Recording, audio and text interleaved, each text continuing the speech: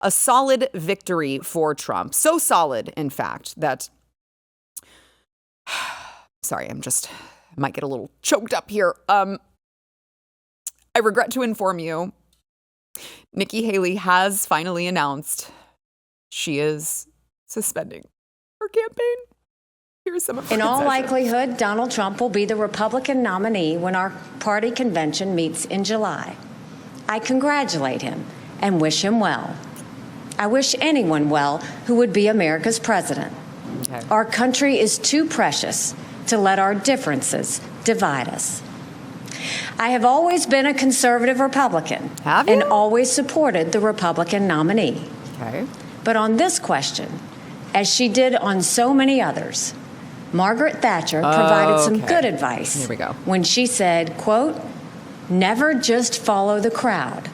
Always make up your own mind." It is now up to Donald Trump to earn the votes of those in our party and beyond it who did not support him. And I hope he does that. At its best, politics is about bringing people into your cause, not turning them away. And our conservative cause badly needs more people. This is now his time for choosing. All right. Well, noticeably absent there was an endorsement of Donald Trump, which, of course, everyone else has done in the race, including Ron DeSantis. But for some reason, I don't know, the catty Nikki Haley refuses to actually take the step of endorsing Donald Trump, even though I will say she did sign that RNC pledge saying that she would support the Republican candidate. But you can't trust Tricky Nikki, apparently, with her promises. She often breaks them. So in these primaries, I want to get into a little bit of state-specific notes here. This is awesome. Lieutenant Governor Mark Robinson over in North Carolina won the Republican primary last night for governor. And I want to play some of this. Let's just say his victory speech was like epically based. Watch. Here's something else I'm not supposed to say. Ain't but two genders. Preach. Here we go. About to go to church now. About to go to church. Tell him. Ain't nothing but men and women. And I can already see WRL out there. They got they licking their pencils right now, trying to write fierce as they can. Get every word of this here. Get every word of this. You can go to the doctor and get cut up. You can go down to the dress shop and get made up.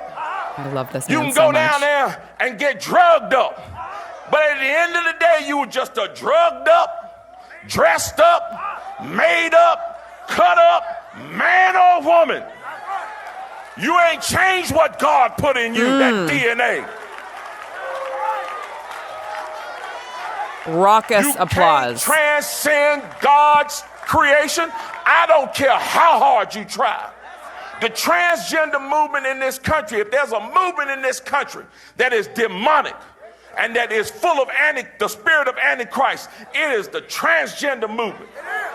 It's time for grown-ups and time for Christians to start standing up and being unafraid to tell the truth.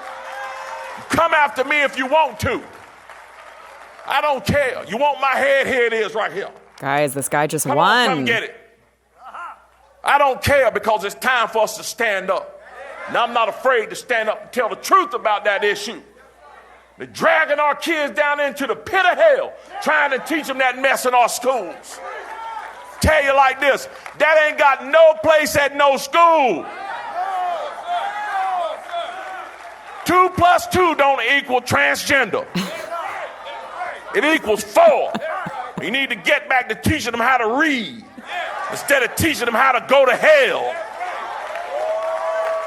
Y'all. Yeah, I said it and I mean it. This is, he won with this type of platform and rhetoric. This is resonating with voters. So again, I know that we thought that we were going to see a red wave in 2022 in the midterms that did not exist. But the fact that you can get elected by saying these truths, that was overwhelming support there that you heard with him saying these things that were frowned upon as like, oh, it's controversial to say. And he's like, I'm going to tell you and I'm going to get elected and I'm going to be the governor. So also in Texas, There was a bloodbath in the Texas House. Speaking of voters waking up, Speaker of the House Dade Phelan is going to go to a runoff, and he may not even keep his seat. If he does keep his seat, he's going to lose his speaker position. They're not going to vote him as speaker if he can't even get elected without going into a runoff. But of course, we are hoping that he doesn't even keep his seat. So drunk Dade is out as Speaker of the Texas House. 9 incumbents lost. Another 8 will go to runoffs. And Trump and Paxton endorsed candidates fared very well last night, along with the Texas Court of Criminal Appeals judges that we so desperately needed as Ken Paxton fights the voter fraud here in the state of Texas. So a lot of good news abounds in some of these states.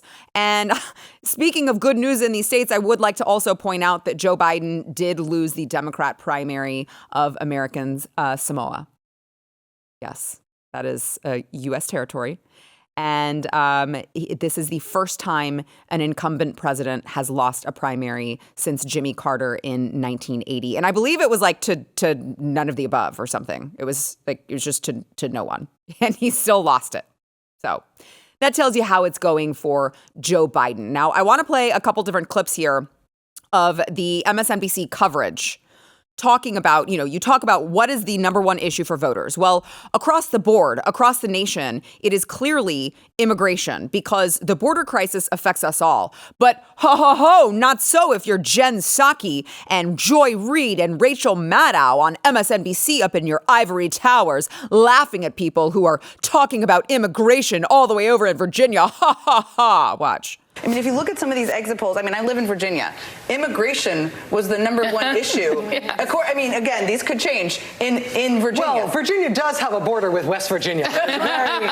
Very contested area. What? Oh, isn't it so funny that Virginians would care about the border? Like, these people do not live in real life.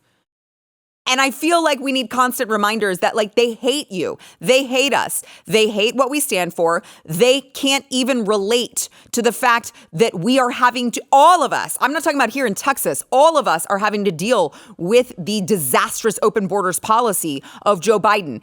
And even still, Joy Reid, with no facts, no shred of evidence, is like, well, actually, Republicans they're just voting based on all of their racism when they're going out to the polls. Watch. But Republican voters don't vote that way. They don't vote based on economics or based on the benefits they're getting economically from the president. They're increasingly, from the Tea Party on, they're voting on race. Are we? They're voting on this idea of an invasion of brown people over the border. The idea that they can't get whatever job they want. A black person got it. Therefore, drive all the blacks out of the colleges, get rid of DEI. That is what they're voting on. They're just voting specifically on racial animus at this stage. It isn't about economics. No.